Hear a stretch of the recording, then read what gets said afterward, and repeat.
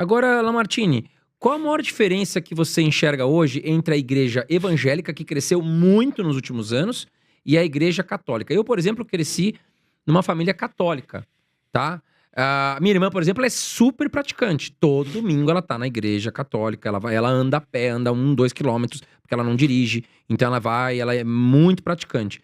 Eu, por exemplo, não sou uma pessoa praticante. Eu converso com Jesus, com Deus, mas não sou praticante. Mas a gente vê que hoje a igreja evangélica ela tá muito atuante, assim, né? Os jovens, algo mais moderno. Mas eu queria entender de você, qual que é a maior diferença que você enxerga hoje para a igreja católica e para a igreja evangélica? Eu vou aqui te responder de duas maneiras diferentes. Primeiro, eu vou falar do ponto de vista sociológico e depois vou falar do ponto de vista teológico.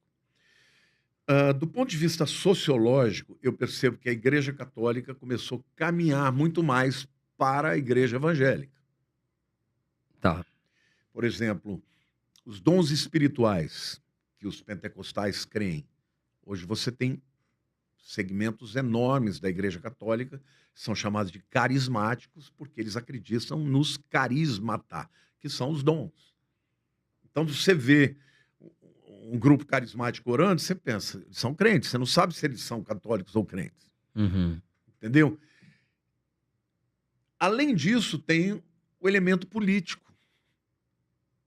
Porque como durante muitos anos a Igreja Católica olhava para a evangélica como inimiga e vice-versa.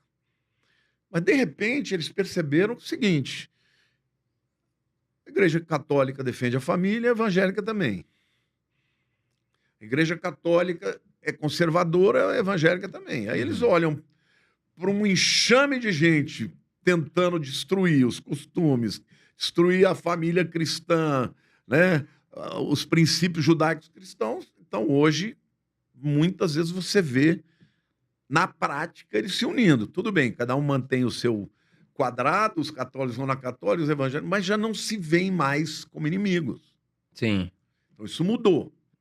Agora, teologicamente falando, a principal diferença é que a igreja evangélica considera a Bíblia a autoridade máxima da nossa fé. A Bíblia é o que vai nortear o que eu creio e o que eu não creio. Entendi. A Igreja Católica, ela crê na Bíblia, mas ela crê na tradição. E muitos dos elementos da fé e do código de fé católicos não estão na Bíblia.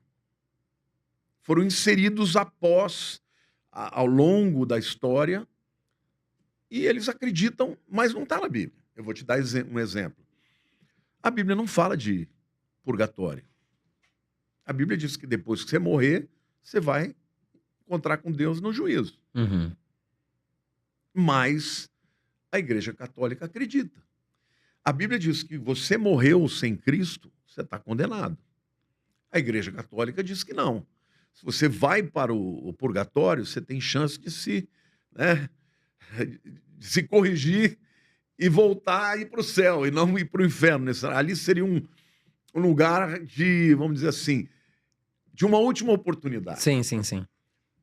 A Bíblia fala que a salvação é pela fé, não pelas obras. Efésios 2, 8 e 9 diz: pela graça sois salvos mediante a fé.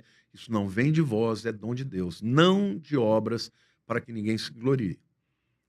A Bíblia fala que eu preciso fazer obras, mas não para ser salvo, mas porque eu sou salvo. Então, primeiro eu sou salvo pela fé, e depois Jesus entrou na minha vida, mudou a minha vida, então eu vou me tornar uma pessoa melhor. Uhum. A Igreja Católica é o contrário. Você tem que merecer a salvação. É pelas obras. Isso, teologicamente falando, é diametralmente oposto.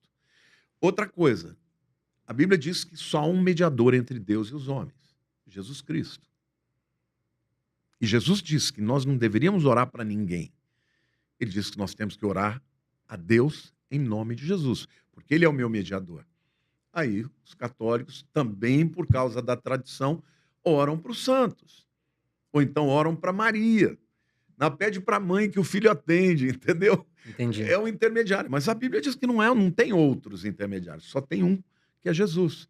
Agora, isso não quer dizer que nós não consideremos a mãe de Jesus como uma mulher que foi extraordinária. Claro que foi. Só que ela não é corredentora e nem intercede por nós. Só há um intercessor. Isso na visão evangélica. Sim. Então, por conta disso, nós, por exemplo, não temos ídolos, não temos a imagem. Por isso que o evangélico não tem... O católico, ele tem muito a questão de colocar uma cruz com Não, a Jesus. cruz não tem problema. O Jesus na cruz tem problema. Sim, sim. Porque Êxodo 20, que é o capítulo dos 10 mandamentos, Deus fala que não é para fazer imagem de escultura. De santos e Nem tudo mais, né? nada semelhante que tenha no céu, na terra ou embaixo da terra. Uhum. Não é que não é para adorar, não é nem para fazer.